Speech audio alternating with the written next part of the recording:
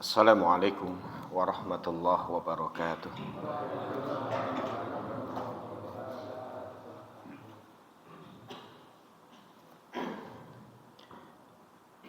Alhamdulillah. Alhamdulillahi hamdan katsiran tayyiban mubarakan fihi mubarakan alaihi kama yuhibbu rabbuna wa yarda. Asyhadu an la ilaha illallah wa asyhadu anna Muhammadan abduhu wa rasuluh sallallahu alaihi wa ala alihi wa sahbihi wa baraka wa sallam. Amma ba'd, usi nafsi wa iyyakum ayyuhas syuyukhul kiram wal ikhwah al-ajillah bitaqwallahi wa ta'atih kama amarna rabbuna jalla wa ala. Ya ayyuhalladzina amanu ittaqullaha haqqa tuqatih wa la tamutunna illa wa antum muslimun.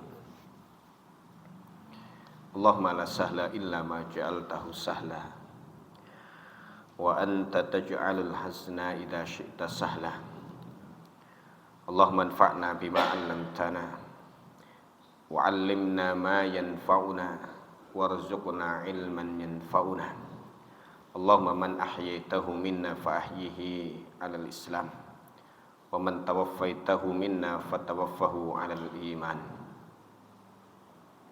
Allahumma la tada' lana dhanban fi hadhihi al-lailah illa ghafartah wa la hamman illa farrajtah wa la daynan illa qadaitah wa la hajatan min hawaijid dunya wal akhirah illa qadaitaha ya arhamar rahimin. Para sesepuh musalla al-jihad yang semoga senantiasa Allah muliakan, jamaah salat maghrib dan kajian rutin malam Senin yang semoga senantiasa Allah rahmati. Malam hari ini kita memasuki tanggal berapa, Pak? Tanggal 14 Rabiul Awal 1444 Hijriah. Malam Ayyamun Bid yang kedua. Dan Sabtu kemarin kita berada di 12 Rabiul Awal yang masyhur dikenang kaum muslimin sebagai hari lahirnya Rasulullah sallallahu alaihi wasallam. Dan 12 Rabiul Awal juga tercatat dalam pendapat yang paling kuat sebagai hari wafatnya Rasulullah sallallahu alaihi wasallam. Semoga kita menjadi umat yang benar-benar cinta kepada beliau, berittiba kepada sunnahnya, dan menjadikan petunjuk beliau sebagai sebaik-baik petunjuk dalam kehidupan kita. Berharap dengan itu Allah Subhanahu wa ta'ala benar-benar mencintai kita, mengampuni dosa-dosa kita, dan Allah Subhanahu wa ta'ala senantiasa merahmati kita. Barakallahu fikum. 12 Rabiul Awal berarti dikenal sebagai kelahiran dan juga dikenang sebagai hari wafat atau kematian Rasulullah sallallahu alaihi wasallam. Seorang muslim melihat hidup yang Allah anugerahkan kepadanya sebagai nikmat yang agung. Dan kehidupan bagi seorang muslim itu sangat berharga. Karena dengan itu ia berkesempatan untuk beribadah kepada Allah, rukuk, sujud, dan berzikir kepadanya. Oleh sebab itu, ketika mendapatkan kehidupan, dia akan bersyukur kepada Allah, memujinya, dan kemudian bertekad untuk menjadikannya sebagai sarana untuk mendapatkan balasan yang baik saat berjumpa dengan Allah Subhanahu wa ta'ala. Itulah alhamdulillahilladzi ahyana ba'dama amatana wa ilaihin nusyur. Dia tidak boleh menyanyiakan hidupnya, apalagi mengakhiri hidupnya dengan pilihannya yang buruk. Ketika dia putus asa ataupun dia tertimpa musibah dan bencana, namun hendaknya dia berdoa, Allahumma ahyini in kanatil hayata khairan li. Ya Allah, tetap berikan kehidupan untukku selama kehidupan itu adalah baik bagiku, yaitu kehidupan yang dijalaninya mendekatkan dirinya kepada Allah Subhanahu wa ta'ala. Dan untuk itulah dia ibadah, tidak akan berhenti sampai datang kematian untuk dia mendapatkan balasan dari aktivitas ibadah selama hidup di dunia. Wa tawaffani in kanatil wafa khairan li, dan wafatkan aku jika memang kematian itu lebih baik bagiku. Namun hendaknya senantiasa berdoa kepada Allah Subhanahu wa ta'ala dalam doa yang diajarkan Rasulullah sallallahu alaihi wasallam. Allahumma aslih li dinil ladzi huwa ismatu amri wa aslih li dunyaya allati fiha ma'ashi wa aslih li akhirati allati fiha ma'ati waj'al hayata ziyadatan li fi kulli khair waj'alil mauta rahatan li min kulli syarr. Semoga jamaah al-jihad sudah hafal semuanya.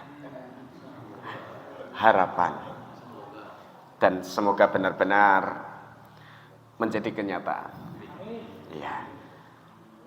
Ya Allah, perbaiki untukku agamaku. Dialah penentu nasibku.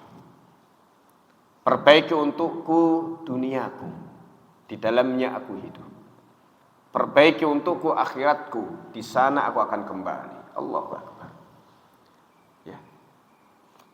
Dan kita sadar bahwa kehidupan yang Allah anugerahkan kepada kita ada batasnya. Tidak ada satu manusia pun yang kekal abadi hidup di dunia. Semuanya akan meninggal dunia, dan semua akan kembali kepada Allah Subhanahu wa ta'ala. Dan kehidupan yang masih kita dapatkan ini adalah apa Pak? Kesempatan untuk kita beramal beribadah guna kehidupan yang kekal abadi setelah kematian. Waj'alil hayah ziyadatan li fi kulli khair. Ya Allah, jadikan kehidupan sebagai tambahan kebaikan untukku. Dan itulah misi seorang muslim dalam hidup, selalu berbuat baik. Saatnya dia beramal, dia berbuat setelah kematian. Tidak ada kesempatan untuknya beramal.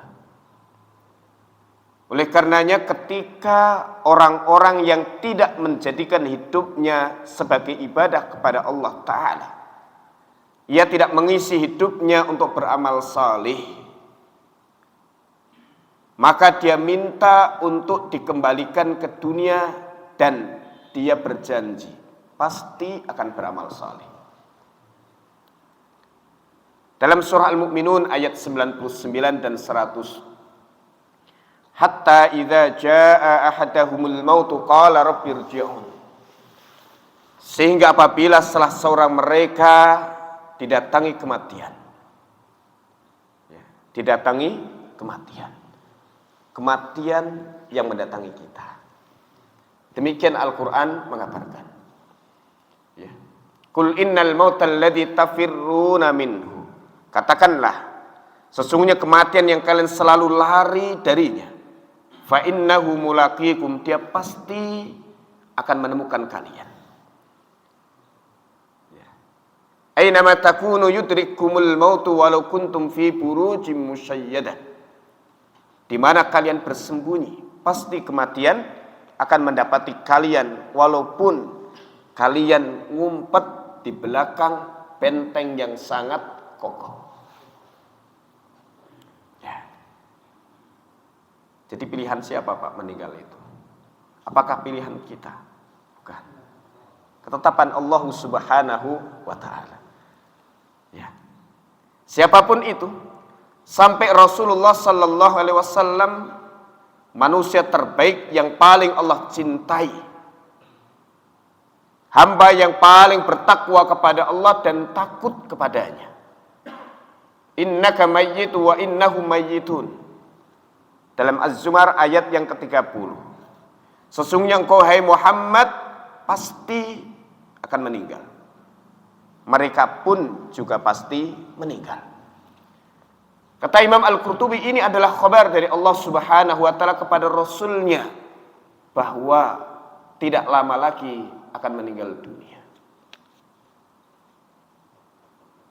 Mereka orang-orang beriman yang mengikuti ajaran beliau juga akan meninggal dunia. Yang mendustakan beliau dan menentangnya juga akan meninggal dunia. Ya. Maka yang terdekat, ya, orang tua kita, ya, Bapak Walidi. Walidi itu berarti bapakku. Ya. Walidi, bapakku. Ya. Kembali kepada Allah Subhanahu wa taala. Dan kita juga akan menemui kematian itu. Ya. Wa ma ja'alna li basyarin min qablikal khulda afa imitta fahumul khalidun. Kullu nafsin dha'iqatul maut wa nabluukum bil khairi wasyarri fitnah wa ilaina turja'un. Dalam surah Al-Anbiya ayat 34 dan 35. Kami tidak pernah menjadikan seorang manusia pun yang hidup sebelum wahai Muhammad itu hidup kekal.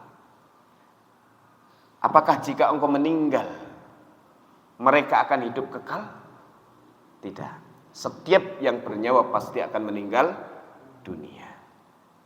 Dan kami akan uji kalian di dunia ini dengan kebaikan dan keburukan, dan kepada kami kalian semua akan dikembalikan.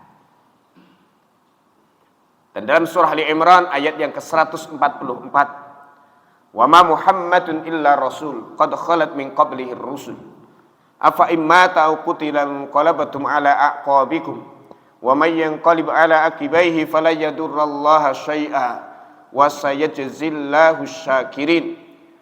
Muhammad itu tidak lain adalah seorang rasul yang telah berlalu sebelumnya rasul-rasul. Apakah jika dia meninggal dunia atau terbunuh kalian murtad balik ke belakang? Maka siapa yang murtad sepeninggalnya dia tidak merugikan Allah sedikit pun. Dan niscaya Allah akan memberikan balasan yang baik untuk orang-orang yang bersyukur. Ayat-ayat ini mengabarkan tentang kematian Rasulullah sallallahu alaihi wasallam.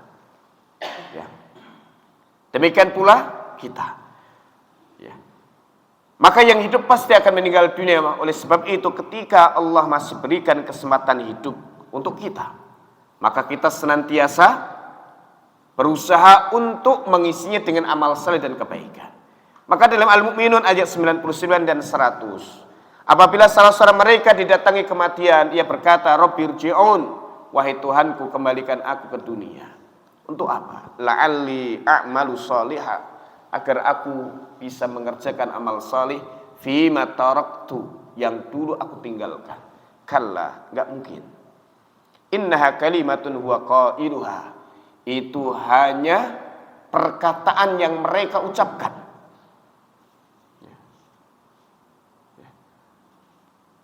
Wa min waraihim barzakhun ila yaumi yub'atsun, di belakang mereka ada barzakh. Terjemahan bebasnya benteng kokoh yang tidak mungkin untuk mereka tembus guna kembali ke dunia. dalam surah As-Sajdah ayat yang ke-12. Rabbana absarna wa sami'na farji'na na'mal salihan inna muqinun. Wahai Tuhan kami, sekarang kami benar-benar telah melihat dan mendengar. Kembalikan lagi kami ke dunia. Sungguh kami sekarang benar-benar yakin. Tetapi itu tidak akan mungkin terwujud. Oleh sebab kematian sudah Allah tetapkan bagi setiap umat, bagi setiap orang. Likulli ummatin ajal. Bagi setiap umat itu ada ajal yang telah ditentukan untuknya. Tidak mungkin dimajukan barang sesaat pun dan tidak mungkin diundur sesaat pun. Dan saat hidup itulah saatnya dia untuk rukuk sujud ibadah kepada Allah Ta'ala. Sepeninggal dunia tidak ada lagi kesempatan untuk melakukan itu. Oleh karenanya yang sudah meninggal dunia ingin dikembalikan ke dunia untuk beramal saleh. Namun tidak mungkin itu terwujud untuknya.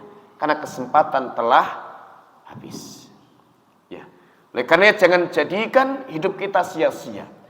Dan kematian yang kita alami, kematian yang akan membawa derita sepeninggalnya.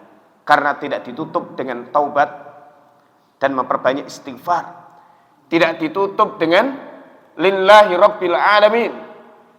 Untuk Allah subhanahu wa ta'ala, untuk ibadah kepadanya semata. Barakallahu fikum, Bapak Ibu rahimakumullah, jamaah al-jihad yang semoga senantiasa Allah rahmati. Ya. Momen Rabiul Awal sebenarnya momen yang bagus sekali untuk kita membahas kitab Jala'ul Afham fi Sholati Wassalami ala Khairil Anam. Ya.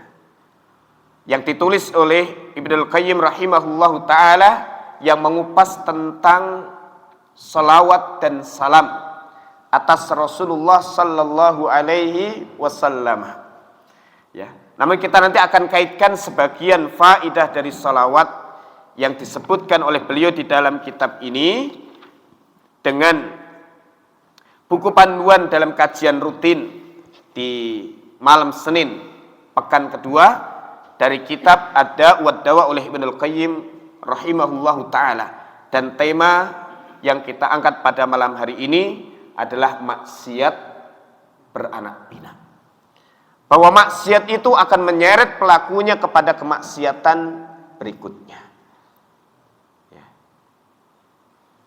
Dan ini salah satu dampak buruk maksiat yang sangat membahayakan bagi pelakunya. Yang apabila kemudian ia tidak segera memutus maksiat itu dari dirinya, dengan taubat, dengan istighfar, tidak membersihkan dampak maksiat berupa kotoran dalam hati, dengan banyak istighfar, banyak taubat, dan mengerjakan amal yang bisa menghapuskan kesalahan itu. Ya. Maka maksiat yang terus bertumpuk akan membuat hati tercandu kepadanya. Sehingga kemudian hatinya senantiasa menuntut dirinya untuk mengerjakan maksiat itu agar dia mendapatkan kepuasan. Ya. Yang apabila tidak dipenuhi maksiat itu, dia akan rungsing. Dia akan galau, dia akan gundah. Sehingga kemudian dipenuhi kemaksiatan-kemaksiatan tersebut. Kemarin ada tamu Ustadz Awan, ya, yang satu level dulu bareng sama Koh Kim di Dai Indonesia. Sekarang beliau menekuni dakwah biro jodoh, ya, dan cukup besar yang kemudian orang membernya, dan banyak juga yang curhat. Dan satu persoalan yang kemudian beliau kemarin sampaikan bahwa ternyata banyak orang-orang yang sudah tua, yang sudah berkeluarga, itu selingkuh dan bahkan berzina dengan wanita-wanita tunasusila. Ya. Pertanyaan, apakah benar-benar mereka itu membutuhkan itu? Apakah kebutuhan mereka dan kekuatan mereka untuk itu benar-benar ada? Tanda kesimpulannya orang yang banyak maksiat dan sudah melakukan maksiat lalu membenarkan maksiat itu, tidak memutusnya dengan taubatan nasuha, maka dia kecanduan untuk mengobati maksiat pertamanya dengan maksiat yang berikutnya, walaupun sebenarnya dia tidak merasakan nikmatnya maksiat yang kedua. Maka maksiat yang kedua, yang ketiga, yang keempat adalah obat untuk maksiat pertamanya. Mohon maaf, apakah kemudian berkesimpulan mereka sebenarnya kemampuan, mohon maaf, dalam urusan ranjang itu sangat lemah. Tetapi kebutuhan hasrat untuk bermaksiatnya itu begitu sangat kuat. Itu hukuman atas maksiat dia sebelumnya yang ia tidak mengakui maksiat itu kepada Allah Ta'ala. Sehingga ketika mereka berzina, apa yang kemudian mereka lakukan? Mereka beli obat kuat. Mereka beli suplemen-suplemen. Untuk apa? Supaya maksiat yang dia telah keluarkan biaya besarnya itu tidak berlalu dengan cepat. Apakah sebenarnya dia butuh? Dia tidak butuh. Dari sisi maksiat, tetapi maksiatnya yang menuntut dirinya untuk melakukan kemaksiatan berikutnya. Sehingga berkubang terus dia dalam kemaksiatan. Bahkan sampai kemudian meningkat kadar kemaksiatan itu.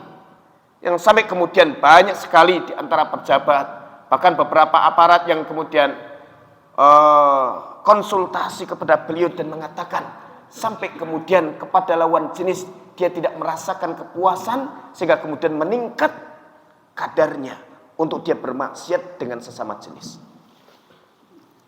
Waliyadzubillah. Dan itu jumlahnya banyak. Maka dia renung-renungkan, ternyata dia sebenarnya tidak butuh kepada syahwat tersebut, tetapi maksiatnya itulah yang menuntut dan menyandera dirinya untuk melakukan kemaksiatan berikutnya, karena jiwanya yang dipenuhi kemaksiatan itu tersiksa ketika belum terpenuhi kehausan untuk bermaksiat. Ya. Maka Ibu Ali Risman itu sering berkaitan dengan nonton film porno. Maka kemudian merusak hormon dan kemudian menimbulkan hormon yang kemudian membuat dia candu untuk melihat lagi. Padahal dia sudah ngaji dosa ini, sudah itu. Tetapi maksiatnya itu menuntut dirinya untuk melakukan kemaksiatan berikutnya, sehingga dia merasa dengan itu lepas. Maka ini sesuatu yang sangat berbahaya dan mengerikan yang dikhawatirkan. Kemaksiatan itu menjadi kebiasaannya, habitnya, sehingga dikhawatirkan ketika sudah terbiasa dengan maksiat itu berlaku apa yang disebutkan oleh Al-Imam Ibnu Katsir, bahwa siapa yang hidup di atas satu kondisi, dia akan diwafatkan di atas kondisi yang biasa dijalaninya. Dan siapa yang meninggal di atas satu kondisi, nanti diwafatkan di atas kondisi yang biasa ia jalani. Kecuali orang yang bertaubat kepada Allah Ta'ala dengan taubatan nasuha, banyak mohon ampun kepada Allah, menyesal dengan penyesalan yang sesungguhnya, bertekad untuk tidak mengulanginya, ya. Lalu banyak istighfar dan menyibukkan diri dengan amal-amal saleh, maka kecandu dalam jiwanya tadi lambat laun akan hilang dan bahkan terbersihkan, lalu tergantikan dengan nikmatnya ibadah dan ketaatan. Tapi barakallahu fikum, tawalud al-ma'asi, maksiat itu beranak pinak. Ya. Maksiat itu beranak pinak. Wa minha annal ma'asi tazra'u amthalah. Di antara dampak buruk maksiat, bahwa maksiat itu menumbuhkan kemaksiatan yang serupa. Wa yulidu ba'duha ba'dhan, sebagian maksiat itu melahirkan kemaksiatan yang lain. Hatta ya'izzu 'alal 'abdi mufaraqataha wal khuruju minha, sehingga seorang hamba yang sudah banyak bermaksiat, dia sangat berat sekali berpisah dari maksiat itu dan meninggalkannya. Ya. Berat berpisah dari maksiat itu dan meninggalkannya. Kama qala ba'dus salaf, sebagaimana sebagian ulama salaf mengatakan, inna min 'uqubatis sayyi'ah as-sayyi'atu ba'daha. Sesungguhnya di antara dampak buruk dari kemaksiatan adalah perbuatan maksiat berikutnya. Wa inna min thawabil hasanah al-hasanatu ba'daha. Dan sesungguhnya di antara ganjaran perbuatan baik adalah perbuatan baik berikutnya. Fal abdu idza amila hasanah. Seorang hamba apabila dia mengerjakan satu amal kebaikan, qalat ukhra ila jambiha, maka kebaikan yang lain yang ada di dekatnya akan berkata, i'malni aidan, kerjakan aku juga.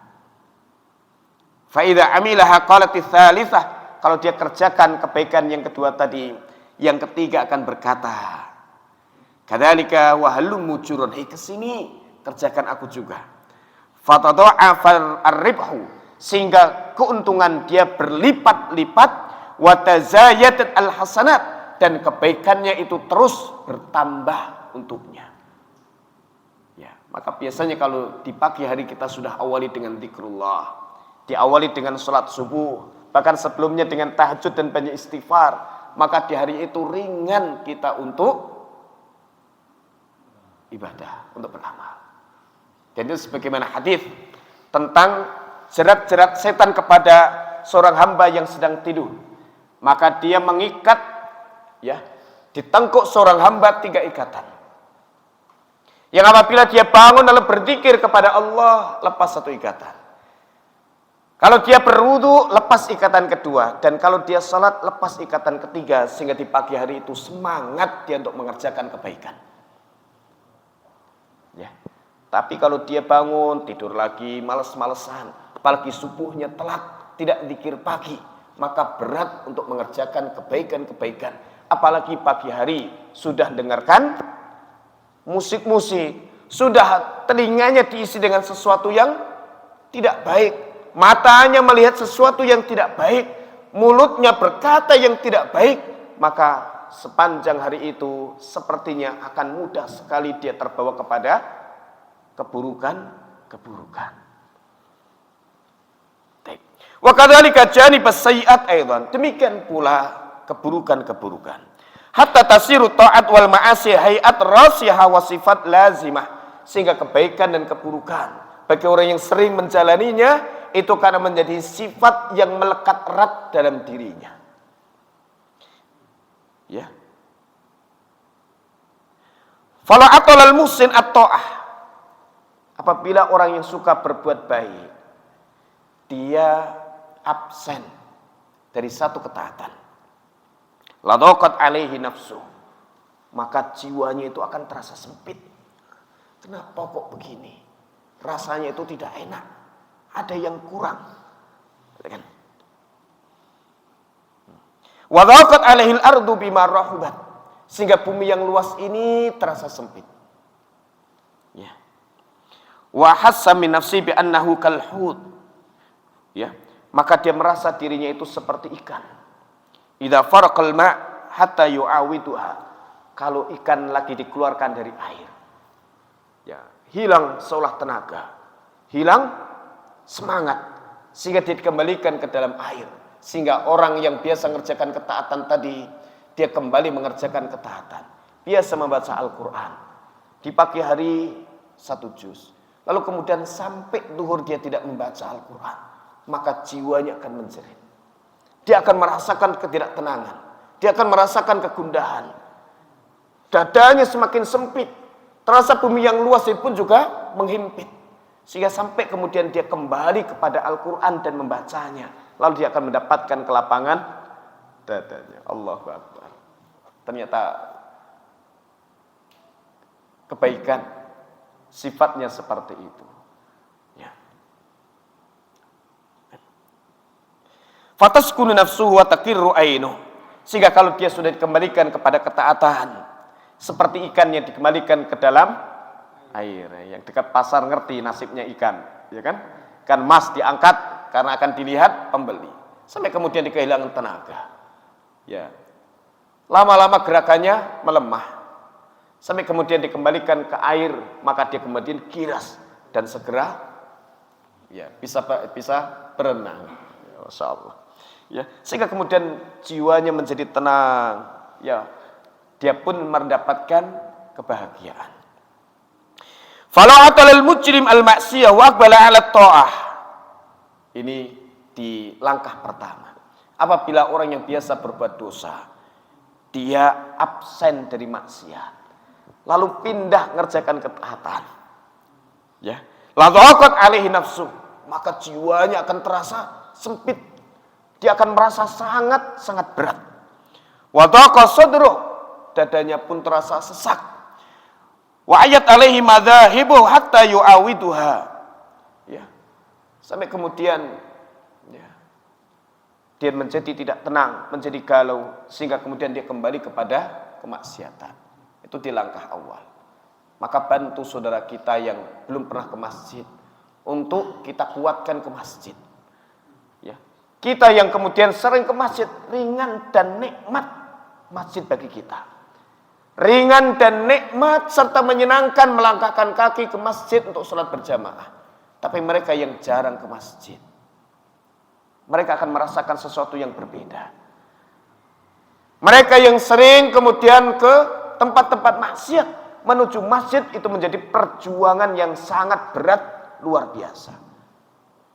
Maka bantu pegang tangannya untuk dibawa ke masjid. Disiapkan sesuatu yang membuat dia merasa rehat dan nyaman di masjid. Wa innaha lakabiratun illa 'alal khashiin. Salat itu sangat berat kecuali bagi orang-orang yang khusyuk. Dan kami pernah menemukan tukang, dia itu kalau sholat dikasih bonus. Setiap sholat disuruh istirahat, dan kemudian setiap waktu sholat datang karena dekat masjid, suruh istirahat dan sholat. Itu gajinya full, bahkan dikasih bonus dari setiap sholat yang dia kerjakan. Tapi kemudian dia tetap meninggalkan sholat dan mengatakan, saya tidak mampu, lebih baik saya mengangkat semen 1 truk daripada sholat 5 kali dalam sehari semalam. Dan itu saya ketemu langsung, pernah ngaji sama saya orangnya. Itu beratnya sholat. Maka kalau Allah ringankan langkah kaki kita menuju masjid, Allah kemudian jadikan kebahagiaan saat takbir, saat membaca Al-Quran, saat membaca tasbih, tahmid, maka kita wajib bersyukur kepada Allah Subhanahu wa ta'ala yang telah menyucikan jiwa ini dan memberikan kenikmatan di dalamnya saat beribadah kepada Allah Ta'ala. Allahumma ati nafsi taqwaha wa zakkiha anta khairu man zakkaha anta waliyuha wa maulaha. Ya Allah, berikan ketakwaan pada jiwa ini, sucikan jiwa ini, ya. Engkau adalah zat terbaik yang mampu untuk menyucikannya. Engkau adalah penguasa dan pemiliknya. Wa ayat hatta yu'awidu, sampai dia kembali ke maksiat, baru kemudian sholat dia mendapatkan kelapangan. Hatta inna katsiran minal fusaq la yuwaqi'ul maksiyah min ghairi ladzatin yajiduha. Sehingga banyak sekali orang-orang fasik yang mereka kembali mengerjakan maksiat bukan karena dia merasakan nikmatnya maksiat itu. Walada'iyah ilaihah, dan sebenarnya dia tidak terlalu butuh untuk bermaksiat itu.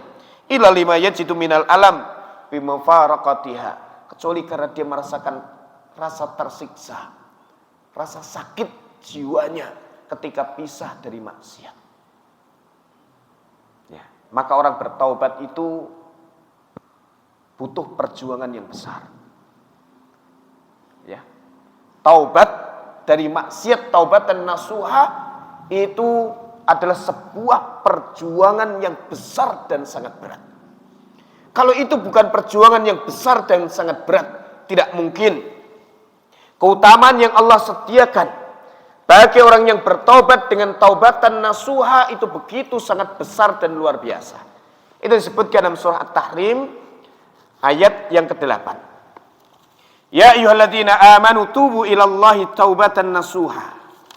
Wahai orang-orang beriman, taubatlah kalian kepada Allah dengan taubat yang sesungguhnya, yang benar. Al-Imam An-Nawawi di dalam Riyadhus Shalihin. Ya. Kemudian di dalam kitab Adwaul Bayan, Asy-Syaikh As-Sanqiti, menyebutkan bahwa taubatan nasuha adalah taubat yang terpenuhi 3 syarat. Meninggalkan maksiat, menyesali maksiat yang pernah diperbuat, dan yang ketiga, bertekad tidak akan mengulanginya ketika kesempatan serupa datang kepadanya. Ya. Asa rabbukum ayyukaffiru ankum sayyi'atikum. Ya, berharap Tuhan kalian menghapuskan kesalahan-kesalahan kalian. Wa yudkhilakum jannatin tajri min tahtihal anhar, dan memasukkan kalian ke dalam surga yang mengalir di bawahnya sungai-sungai. Yauma la yukhzillahu an-nabiyya walladzina amanu, yang di hari itu Allah tidak menghinakan nabi dan orang-orang beriman yang bersamanya. Nuruhum yas'a baina aydihim wa bi aymanihim, sementara cahaya mereka memancar dari arah depan, dari arah kanan mereka. Yaqulun, dan mereka berdoa, Rabbana atmim lana nurana, wahai Tuhan kami, sempurnakan untuk kami cahaya kami. Karena maksiat itu memadamkan cahaya keimanan. Dan maksiat itu akan menimbulkan kegelapan di dalam kolbu, yang kemudian akan berdampak gelapnya pandangan mata dalam melihat kebenaran. Ya, maka taubat itu mengembalikan cahaya untuk orang beriman. Dan cahaya iman itulah yang nanti akan dipanen seorang hamba ketika dia melewati sirat. Melewati sirat yang terbentang di atas jahanam, ya, yang tempatnya gelap, kecil dan licin serta tajam, dan ada al-kalalib yang menyambar, yang bisa melemparkan orang yang melewatinya dan dia terjerumus ke dalam jahanam. Maka tidak akan beruntung kecuali orang yang memiliki cahaya saat melewati sirat. Setiap orang beriman yang benar imannya itu memiliki cahaya. Hanya saja cahayanya itu sekadar dengan keimanannya. Yang imannya kuat, cahayanya besar. Yang imannya lemah, maka bisa hanya sebesar jempol yang sesekali menyala dan sesekali padam. Sehingga saat padam itu dia berhenti dan dia tersambar api yang menyala dari bawahnya. Ketakutan luar biasa menghimpitnya. Lalu cahaya itu menyala dan dia bisa lanjut perjalanan. Adapun orang yang imannya palsu, saat itu juga digiring untuk melewati sirat, namun mereka tidak memiliki cahaya. Ketika dia melewati sirat itulah kemudian dia tidak bisa melihat jalan yang harus dia tapaki. Terpeleset dan dia kemudian terlempar oleh al-kalalib yang menyambar dan akhirnya masuk ke dalam jahanam, dan dengan sebab itu dia akan terjerembab ke dalam fiddarkil asfal minan nar, kerak neraka yang paling bawah. Itulah nasibnya orang munafikin, ditipu oleh Allah karena dulu di dunia dia suka menipu Allah dan menipu orang beriman. Ya. Maka Allah tipu dia. Seolah dia bisa melewati sirat karena siapa yang bisa melewatinya dia akan masuk ke dalam surga. Maka kemudian saat dia butuh cahaya yang telah padam. Maka doa ini adalah doa yang penting bagi siapa yang mengetahui pentingnya cahaya saat melewati sirat. Rabbana atmim lana nurana waghfir lana innaka ala kulli syai'in qadir. Ya Allah, sempurnakan untuk kami cahaya kami, ampuni kami. Yang menunjukkan bahwa taubatan nasuha, banyak istighfar, itu bisa menyempurnakan cahaya bagi seorang muslim. Sebaliknya maksiat dan kedurhakaan itu akan memadamkan cahaya dalam hatinya, sehingga kemudian dia kehilangan cahaya penerang dalam kehidupannya, sehingga dia tidak bisa menapaki jalan kebenaran, dan kemudian di akhirat dia tidak akan bisa menempuh as-sirat, ya, yang kemudian bisa menghantarkan dia kepada surga Allah Subhanahu wa taala. Innaka ala kulli syai'in qadir. Sesungguhnya Engkau adalah zat yang maha kuasa atas segala sesuatu. Ini menunjukkan bahwa taubat itu butuh perjuangan. Ya. Maka kalau mengeluarkan anak dari kemaksiatan yang biasa dijalaninya, butuh kesabaran orang untuk membimbingnya. Ya. Butuh kesabaran untuk membimbingnya. Karena dia sedang berjuang. Dia menghadapi gejolak jiwanya begitu luar biasa, yang menyandra dirinya untuk bermaksiat lagi. Ya. Barakallahu fikum. Wala yazalul abdu yu'ani ta'a wa yu'lifuha wa yuhibbu wa yu'thiru hatta yursilullah subhanahu wa ta'ala birahmati alaihil malaikah. Ya. Nawwara tawazzahu ilaiha azza wa tahridu alaiha wa tuz'ijuhu min firashihi wa majlisihi ilaiha. Apabila seorang hamba itu senantiasa mengerjakan ketaatan, ya, dan dia melaziminya, dia mencintainya dan mengutamakan ketaatan kepada Tuhannya, sampai Allah kemudian utus para malaikat untuk meneguhkannya, para malaikat untuk membantu dan meringankannya dalam menjalankan ibadah dan ketaatan. Ya, sementara orang yang bermaksiat dan berkubang dalam kemaksiatan, maka Allah biarkan setan untuk menguasai dirinya. Ya, wa hadza qawiyyu jundil maksiyah bil madad fakanu a'wanan alaih. Maka sehingga kemudian setan itu akan benar-benar membantu dan membisiki kemaksiatan itu untuk ahlinya, sehingga kemudian dia senantiasa tergoda, terbisiki, teringatkan kepada kemaksiatan tersebut. Waliyadzubillah. Sudah masuk, Pak. Tapi demikian dari ulasan, nanti kita lanjutkan setelah adzan. Sedikit tanya jawab berkaitan dengan dampak buruk maksiat dan bagaimana kita membersihkan maksiat, dan kemudian kita tambahkan di antara amal yang bisa menghapuskan kesalahan kita adalah bersalawat atas Nabi sallallahu alaihi wasallam. Dan kita mendengarkan adzan. Silahkan muadzin.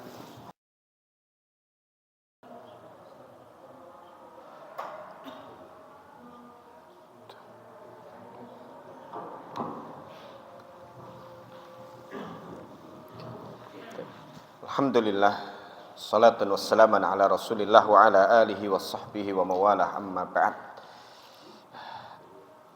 Tadi berangkat dari rumah jam 5 sore. Berharap ada waktu untuk duduk di masjid musola sebelum maghrib. Ya, qadarullah, bensin sudah kelap-kelip dan ngisi di pom bensin antrinya panjang sekali. Sampai di sini setelah adzan, dan seharian ada tamu 2 keluarga. Tadi kesini juga masih di rumah. Ya, karena belum pulang-pulang kan, ya sudah saya izin taklim dulu karena sudah dijadwal rutin. Barakallahu fikum. Nah, ini dampak buruk dari dosa dan maksiat, sehingga kita tidak boleh meremehkannya dan harus segera berusaha apabila telah bermaksiat dan memiliki dosa untuk membersihkannya. Dan cara membersihkan dosa yang paling mudah adalah memperbanyak istighfar dan menyatakan taubat kepada Allah Subhanahu wa taala, dan berikutnya adalah mencari amal-amal yang dijanjikan dengan amal itu akan dihapuskan dosa dan kesalahan kita. Ibnul Qayyim rahimahullahu taala di dalam kitab Jala'ul Afham yang mengupas tentang salawat dan salam atas Rasulullah sallallahu alaihi wasallam menyebutkan kurang lebih 40 faidah salawat. Di antaranya adalah bahwa salawat itu akan menghapuskan, ya, 1 salawat menghapuskan 10 sayyiat. Dan salawat, ya, itu akan menjadi sebab li ghufranid dzunub, untuk diampunkan dosa-dosa seorang hamba. Bahkan salawat itu bisa menjadi sebab yang mencegah seorang hamba dari tertimpa bencana dan kecelakaan, dan juga bisa menjadi penyelamat seorang hamba min ahwalil qiyamah, dari kondisi yang menyeramkan di hari kiamat, dan bahkan dia bisa juga menjadi sebab untuk seseorang diselamatkan di alam kuburnya. Ya, maka man shalla alayya salatan, siapa yang bersalawat atasku 1 salawat, kata Nabi sallallahu alaihi wasallam di hadits riwayat Muslim, sallallahu alaihi biha asyra, maka Allah akan bersalawat untuknya 10 kali. Dan salawat dari Allah taala untuk seorang hamba bukan berarti Allah itu membaca salawat seperti salawat kita. Maka innallaha wa malaikatahu yusalluna 'alan nabi, Sesungguhnya Allah dan para malaikatnya bersolawat atas Nabi. Bukan berarti Allah membaca Allahumma salli ala Muhammad. Allah itu yang kita minta, ya kan? Bukan Allah membaca solawat Allahumma salli ala Muhammad. Yang membaca Allahumma salli ala Muhammad itu para malaikat dan kita orang-orang beriman. Adapun salawat dari Allah Ta'ala maksudnya adalah ampunan dari Allah Subhanahu wa Ta'ala, rahmah darinya, dan keberkahan yang Allah turunkan untuk hamba yang Allah berikan salawat. Serta semua bentuk kebaikan itu juga masuk di dalam kata salawat. Ya. Maka kalau seorang hamba berdoa Allahumma sholli ala Muhammad, ya Allah, sampaikan salawat atas Nabi Muhammad, maka berarti minta kepada Allah agar Allah mengampuninya, merahmatinya, memberkahinya, dan melimpahkan kebaikan untuknya. Ya. Dan Allah akan bersalat kepada seorang hamba dengan satu salawatnya tadi. Allah berikan 10 kali lipat ampunan untuknya, dihapuskan kesalahannya, dirahmati dia, dan diberkahi hidupnya. Maka sesungguhnya salawat, ya, yang disyariatkan di dalam Islam melalui firman Allah Ta'ala dan lisan Rasulullah Sallallahu Alaihi Wasallam adalah untuk kebaikan umat yang banyak bersalawat untuk Rasulullah Sallallahu Alaihi Wasallam, dan semoga dengan istighfar taubat kita, banyaknya salawat kita atas Rasulullah Sallallahu Alaihi Wasallam, Allah ampunkan dosa-dosa kita, hapuskan kesalahan kita, dan Allah merahmati kita, sehingga kalau ada dosa dan maksiat dia tidak bercokol dan benar-benar menutupi hati dari hidayah dan cahaya, sehingga kemudian tidak membuat hati ini tercandu kepada maksiat. Hadana Allah wa iyyakum ajmain. Kalau ada yang kita diskusikan dipersilahkan. Iya, ya, silakan Pak. Yang pertama tadi Ustaz, itu riwayatnya hadis siapa ya? Saya bisa cari dia palu. Yang pertama, yang kedua, bagaimana caranya jika kita ingin taubat nasuha dari begitu banyak maksiat yang sudah kita kerjakan, dari bermaksiat kepada Allah maupun menzalimi makhluknya. Ya. Barakallahu fikum. Riwayat pertama saya lupa riwayat siapa, tapi hadis itu termaktub di dalam Riyadhus Shalihin, termaktub di dalam Bulughul Maram berkaitan dengan musibah. Maka ketika seseorang itu tertimpa musibah, dia tidak boleh putus asa lalu meminta didatangkan kematian untuknya. Tetapi hendaknya dia berkata, Allahumma ahyini in kanatil hayah khairan li, ya Allah, berikan kehidupan untukku jika memang kehidupan itu baik bagiku, dan wafatkan aku jika kematian itu lebih baik bagiku. Tapi minta, ya Allah, wafatkan aku saja daripada aku nyusahin orang, daripada aku sakit begini, tidak boleh. Hanya boleh satu minta, ya Allah, wafatkan aku di sini, yaitu pada saat berjihad di jalan Allah. Ya. Ini yang pertama. Kemudian yang kedua, bagaimana kalau kedzaliman kepada sesamanya? Kalau kedzaliman kepada sesamanya, Imam An-Nawawi menambahkan untuk dia minta kehalalan dari orang yang dizaliminya. Kalau itu berkaitan dengan hak orang tersebut, maka hendaknya dia itu mengembalikan haknya, agar jangan sampai kemudian hak itu ditagih, ya, dari dirinya nanti di hari kiamat, dan dia dituntut atas kedzaliman kepada saudaranya nanti di hari kiamat. Sehingga boleh jadi yang harusnya dia mendapatkan derajat tinggi, tapi dia belum minta maaf kepada orang yang pernah dizaliminya, atau dia banyak berbuat jahat kepada sesamanya dan belum minta maaf dan minta kehalalannya, maka kebaikan-kebaikannya diambil lalu diberikan kepada saudaranya. Dan itu tertera dalam hadis riwayat Al-Bukhari di dalam sahihnya. Wallahu a'lam. Silahkan Pak Ibu.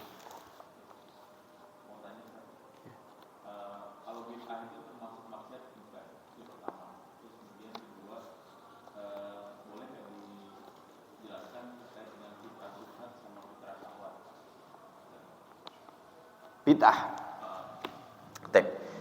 Iyyakum wa muhdatsatil umur. Hendaknya kalian itu menjauhi perkara-perkara yang diada-adakan, yang baru dalam urusan agama.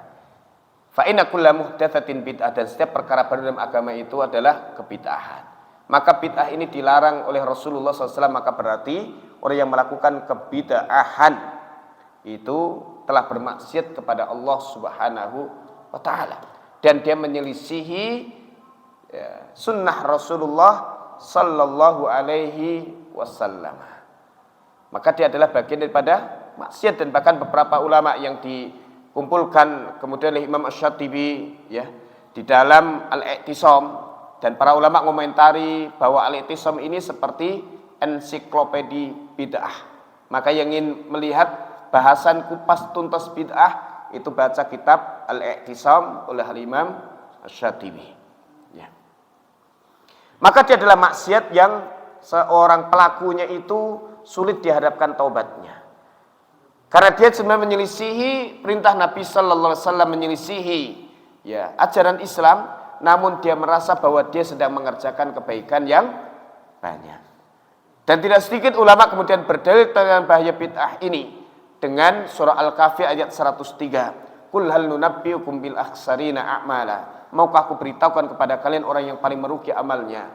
Alladzina dhalla sa'yuhum fil hayatid dunya wa hum yahsabuna annahum yusinuna sun'a. Mereka yang salah jalan dalam kehidupan dunia, tapi merasa telah mengerjakan kebaikan yang sebanyak-banyaknya. Hanya bid'ah itu nanti perlu dirinci, ada yang bid'ah hakikiyah, yang kemudian bid'ah tulen, ada yang kemudian bid'ah idhofiyah, bid'ah yang kemudian ada tambahan dalam satu amal yang memiliki landasan di dalam Islam dari dalil Al-Quran ataupun sunnah. Dan kadang perkara ada yang mukhtalaf, yang sebagian mengatakan ini masuk bid'ah, tapi yang mengatakan ini bukan bid'ah, tetapi ini adalah perkara yang bersifat umum. Seperti misalnya salaman setelah sholat, sebagian ulama mengatakan mustahab karena itu perkara yang diadakan setelah sholat selama tidak ada kaitan dengan sholatnya. Tapi sebagian mengatakan salaman rutin setelah sholat itu berarti menetapkan satu amalan yang terkait dengan ibadah sholat, maka dia butuh dalil khusus, dan tidak ada dalil khusus berkaitan dengan salaman setelah sholat. Maka yang satu mengatakan ini bid'ah, yang satu mengatakan ini adalah mustahab karena perkara yang baik ya. Dan yang satu lagi pertengahan, kalau baru ketemu di masjid dan belum sholat salaman tidak apa-apa, maka setelah sholat tidak perlu salaman. Kalau tadi nggak ketemu kemudian belum sempat salaman atau tidak ngeh ternyata di sampingnya adalah temannya, maka setelah salam dia boleh salaman, bukan karena sholatnya tapi karena perjumpaan dengan kawannya. Wallahu ta'ala alam. Maka ada sebagian yang mukhtalaf. Lalu ada bid'ah syubhat dan bid'ah syahwat. Biasanya sering dikaitkan dengan syubhat dan syahwat adalah fitnah. Ya, fitnah. Ya, maka fitnah atau syubhat adalah fitnah yang berkaitan dengan rancunya pemahaman. Munculnya para munafikin yang mereka menafsirkan Al-Quran tidak sesuai dengan ya ketentuan-ketentuan yang telah dijelaskan oleh para ulama-ulama Rabbani ya. Dan juga fitnah syahwat berkaitan dengan fitnah hawa nafsu, kekuasaan, kekayaan ya, yang berkaitan dengan godaan nafsu ya.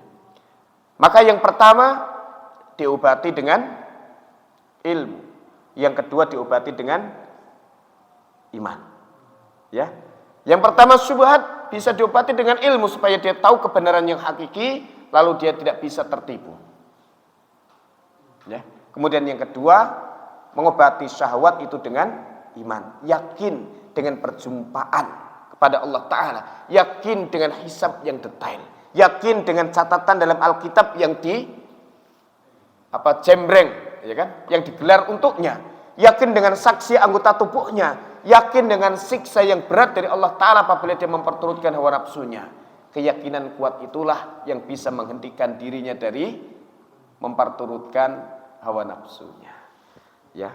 Maka ikhlas itu tuntutan daripada iman. Yang kedua berilmu sehingga dia bisa benar, tidak ditipu oleh orang yang mengatakan ini benar tapi sebenarnya tidak benar atau sebenarnya salah. Hadanallahu wa iyyakum ajmain. Semoga bermanfaat. Ibu-ibu nggak ada kan? Nggak ada pertanyaan? Nggak ada, alhamdulillah. Barakallahu fikum. Ya, semoga jamaah al-jihad yang telah terlebih dulu kembali kepada Allah Ta'ala, Allah Subhanahu wa Ta'ala ampunkan segala dosa dan kesalahannya, Allah rahmati dan Allah jadikan min ahlil jannah. Dan kemudian kita yang masih hidup, Allah Ta'ala ampunkan dosa kita, Allah hapuskan kesalahan kita, dan kemudian Allah teguhkan hati di atas iman. Allah berikan taufik untuk selalu mengerjakan ketaatan istiqomah hingga akhir hayat kita, dan kita jumpa Allah Subhanahu wa Ta'ala dalam kondisi yang Allah pun rindu dan senang untuk jumpa dengan kita. Barakallahu fikum. Mohon maaf apabila ada kalimat yang kurang berkenan. Subhanakallahumma wa bihamdika asyhadu an la ilaha illa anta astaghfiruka wa atubu ilaik. Wassalamualaikum warahmatullahi wabarakatuh.